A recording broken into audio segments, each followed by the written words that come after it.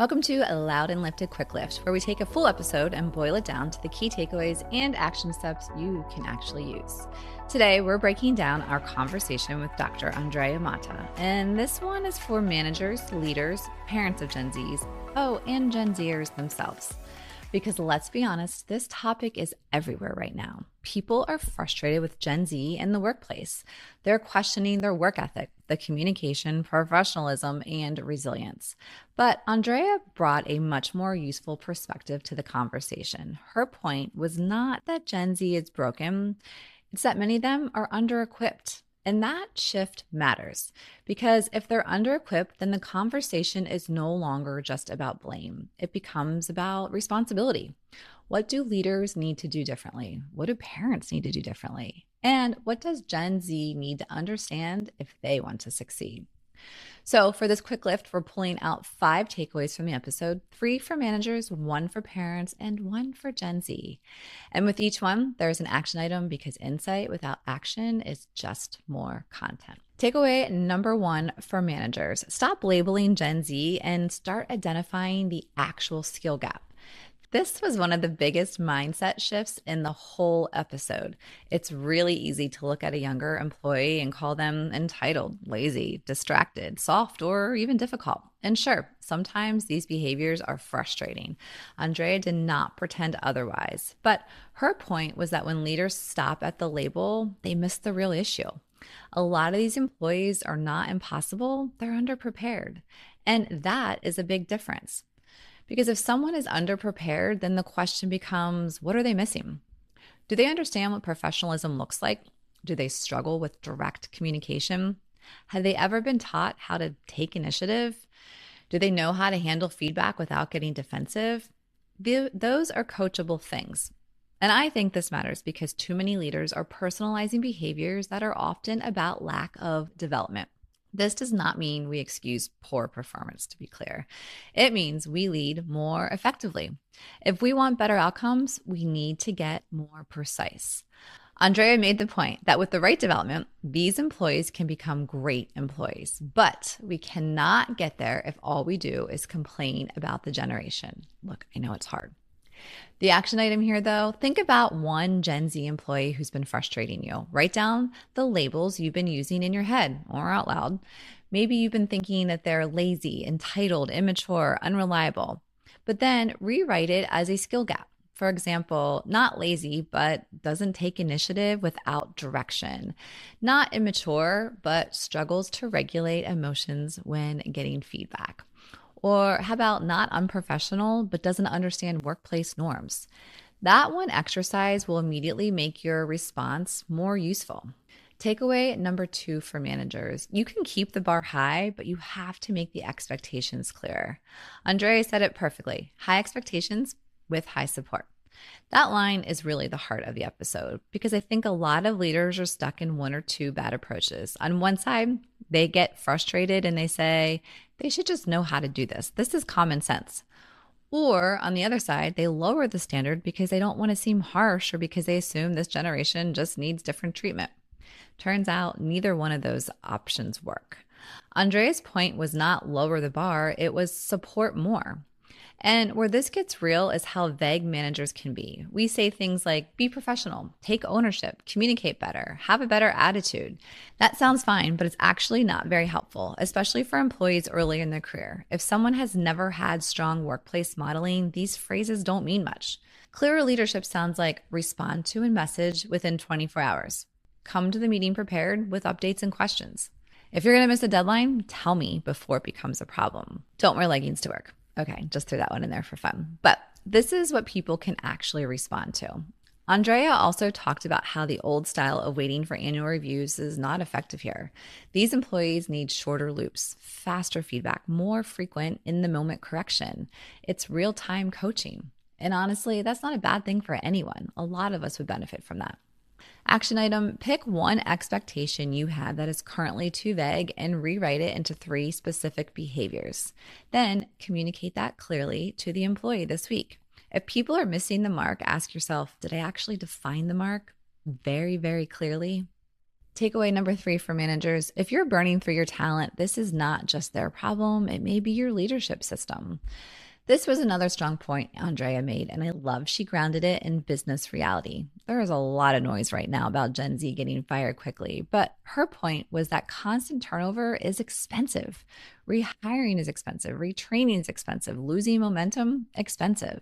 Oh, and frustrating your team, also expensive. So before leaders get smug about, we'll just get rid of them, the better question is, what are we actually solving? Now, to be clear, not every employee should be coached and kept forever.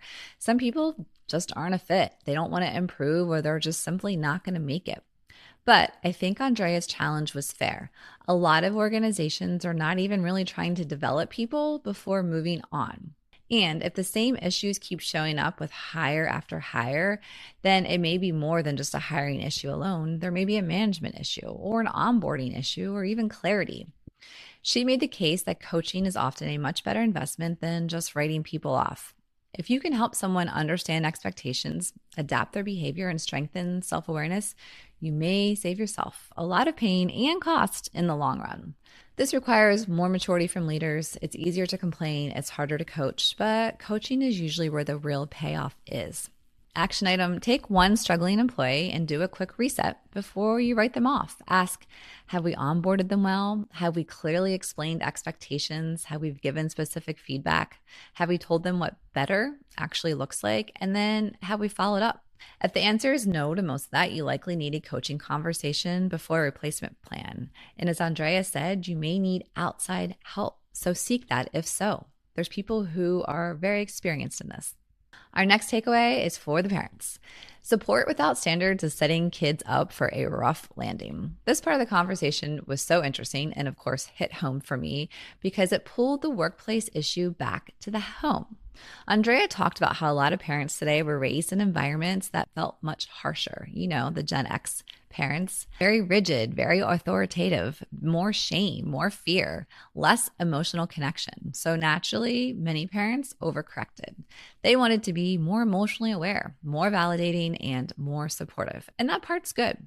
But the problem is where support becomes softness without structure. This is where Andrea brought up authoritative parenting. And honestly, it was such an important distinction. She basically said, yes, be warm. Yes, validate their feelings. Yes, have a connection. But there still needs to be expectations. There still needs to be consequences, and there needs to be responsibility. Because eventually kids become employees. And if they've never had to do hard things, tolerate discomfort, hear no, take feedback, or live with consequences, then the workplace feels brutal. This does not mean parents are to blame for everything. Of course not, I guess.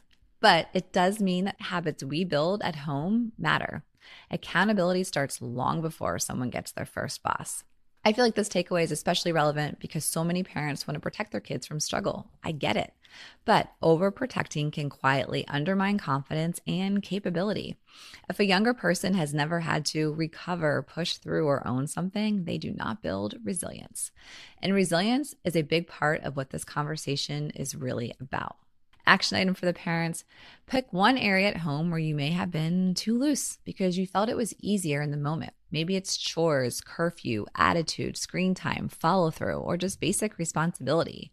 Reset it with warmth and clarity. Not harshly, not dramatically, just clearly. This is the expectation. This is the consequence. And this is because we're raising an adult, not managing a mood. And the last takeaway is for Gen Z. The opportunity is huge right now because doing the basics well will make you stand out fast. Andrea had some lines in the episode that were funny, but they're also true. The first one: show up to work, not high. And listen, that line gets a laugh, but her point is serious. The bar is low right now in some workplaces, like really low, which means if you do the basics well, you can separate yourself quickly. Show up on time, be present, care, be coachable, take feedback without spiraling, ask questions, follow through, and have some general awareness. These things are not glamorous, but they build trust fast. And then she had another line I loved: pick up the trash. This is one of my favorite because it says so much in such a simple way. Notice what needs to be done. Do not wait to be managed and told what to do. every second. Take initiative, have pride, care about the space, the team, the work, the details. Be the kind of person who makes things better without needing an applause or being told what to do every time. That mentality matters. Gen Z has a branding problem right now, whether that feels fair or not. There is a stereotype. Andrea was very real about that. So, the opportunity for a young employee to become the exception people remember, the reliable one, the mature one, the one who wants feedback and who's self aware, that stuff can add up very quickly. Okay, action item Gen Z. For the next 5 work days, ask yourself the question at the beginning of every day: what would the most dependable person here do today? Then go do that. It's not the most impressive, coolest, smartest, it's just being dependable. And that will take you far. Andre's episode was fun, authentic, and refreshingly direct, but underneath all of it was a real important point. This does not get better by blaming a generation. It gets better when managers lead better, parents parent better, and young employees decide to rise above a pretty low bar. If you haven't listened to the full episode yet, please go back and do that and send it to a manager, a parent, or honestly, a 20-something who needs to hear it. Thanks for tuning in. Until next time, stay loud and stay lifted.